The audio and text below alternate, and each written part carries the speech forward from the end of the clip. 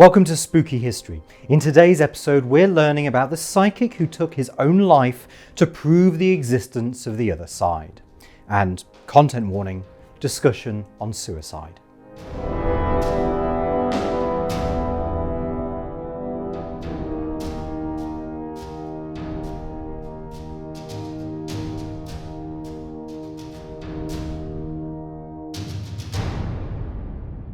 Throughout history, psychics and mediums have been insistent that not only are their abilities real, but that they can prove them. Regardless of whether you believe in their gifts or not, you can't deny that the scientific community at least has not so far been convinced, with many of the world's top scientists openly critical of psychic phenomena. Magicians like Harry Houdini, James Randi, and to a lesser extent Derren Brown have openly investigated and challenged psychics in the public eye. Many skeptical folk insist that it would just take one tiny piece of proof to convince them of the existence of something supernatural, but they aren't convinced by any of the evidence put forward. Closed-minded skeptics or truly rational minds, you be the judge. But this lack of concrete proof for the masses did spur one psychic on to engage in a very much final experiment. So how would you respond then? As a woman in Detroit in early 1921, you open the newspaper and peruse the ads, maybe looking for a nice new hat to go out to the speakeasy with. And instead you spot a very strange advert which reads, "Wanted, someone interested in spiritualistic science." This is the line that grabbed Mrs. Ruth Doran's attention and began a very unethical and ultimately deadly experiment. Ruth Doran was neither a spiritualist nor hardened believer in the occult. She was 40, an Episcopalian, a writer, and from a respected Detroit family. Not the kind of person to easily be led into an experiment that was literally life or death. But that changed when she met the man who posted that advert.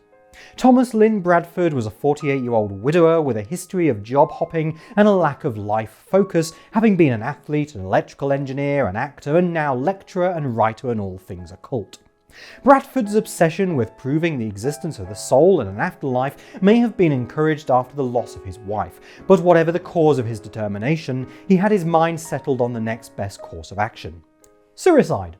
Bradford and Doran had several conferences together discussing all things spiritual, though Doran would later and apparently convincingly go on to claim she was not aware of Bradford's deadly plans, nor was she herself a committed spiritualist.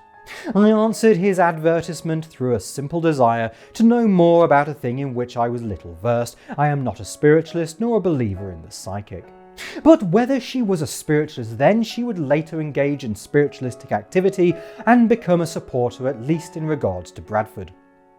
On February the 5th, 1921, Thomas Bradford, now having obtained a willing partner in his quest, sat at his typewriter. A single piece of paper sat within it. The final sentence in a manuscript he had been working on read, "And it is through scientific facts that I propose to demonstrate clearly the phenomena of spirits and prove that all the phenomena is outside the domain of supernatural." And demonstrate he was determined to do. That night, Bradford would take his own life, the plan being to return and communicate with Doran. His body was found soon after by the police, fully dressed, as his soul began its next step in its journey. Doran waited patiently for any sign from the now deceased Bradford, but initially nothing came, at least not to her. Despite this, she was not dissuaded. "I am his friend. If he can cause his spirit to come back to Earth, I believe his spirit will come to me first. If there is such a thing as spirit communication, I believe he will make his presence known to me." A short way away, psychic Lulu Mack was conducting a séance of her own when she claimed to hear a very faint, very weak voice repeating just two words over and over. The two words being the name Thomas Bradford. Mack claimed to have never heard of Bradford, Doran, nor the experiment. That was the late man's legacy, but did claim that Bradford's voice was weak and without strength. Within some spiritualist beliefs, suicide, like with most religions, is seen as a bad thing. Mack describing it as neither wise nor right, and that the weakness was due in part to the intentional taking of his own life. Mack claimed it would take time for Bradford's soul to properly repent and gain the ability to communicate fully with the living due to both his suicide and being so close to his mortal demise, putting him only in the first sphere of the heavenly constellation, one that apparently leaves the spirit unable to adequately communicate. Mac's warnings didn't faze Doran, however, as she claimed to have a feeling that the Professor, as he was sometimes known, would make contact on February the 12th, 1 week after his death. Local spiritualist pastors were also supportive of this belief and encouraged their followers to focus all of their energies on Thomas Bradford at 9 p.m. that night. At the appointed hour, Mrs. Doran, along with 3 skeptical friends, drew the curtains in her parlour, dimmed the lights and declared, "I hear his voice. It is faint, but it grows more distinct. It is the Professor." Picking up a pen and paper, Doran allowed the spirit of Thomas Bradford to work through her in a trance state, and just before 10 p.m, she roused from this state, requested the lights be put on and sat, flushed and tired from her ordeal. Picking up the notes she had written whilst in trance, she read them aloud, presenting her proof to the skeptical gathering.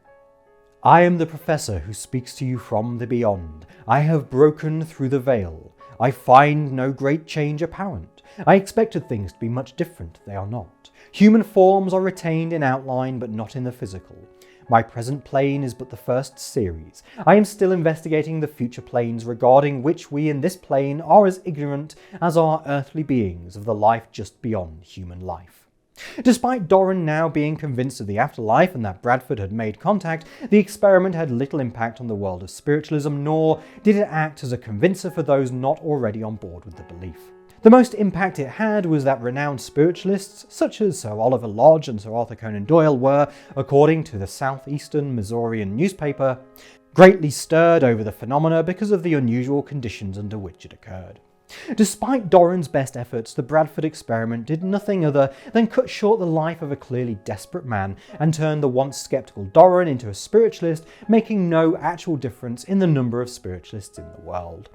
What do you think? Did Doran and Bradford really provide the much needed proof of the afterlife, or was it desperate belief on Doran's part, maybe due to guilt over her involvement? Though maybe skeptics need to be a little clearer in their demands for scientific proof. Hey, Future Ash here. I'm just jumping in during the editing process because I felt that this episode needed a slightly different sign-off. Do forgive the look. It is 8 a.m. and I'm doing the edit in the morning. Today's episode we discussed a really dark topic, something that affects people all around the world. Right now, during the pandemic, lots of people are struggling, but lots of people struggle even without the pandemic. I've spent my entire adult life, probably my entire life, dealing with depression. I know how cruel it can be, and I know how intrusive and invasive some thoughts can be. How you can feel about yourself and how you think that other people feel about you. And if you think that people hate you, they almost certainly don't. But I know saying that doesn't change that thought. And I know that those thoughts can be cruel. Do what you need to look after yourself, to keep yourself with us. Even if it's just lying on the sofa, listening to music or a YouTube marathon. If you don't have the energy or strength to talk to people, do whatever it is you need to do to tell that intrusive thought to fuck off for one more day. But if you do feel that you can talk to people, there are plenty of places you can reach out to. If you can't speak, you can message. If you can't message, you can email. And they can just be there to listen. Whatever it takes to tell that voice, not today, do it. Help yourself. And there's lots of people out there who can help you if you feel that you can reach out to them. You are important. People do care about you. They do. I know this head, this voice is telling you they don't, but it's lying to you. It's a dick. People care about you. I care about you. Look after yourself. Take care.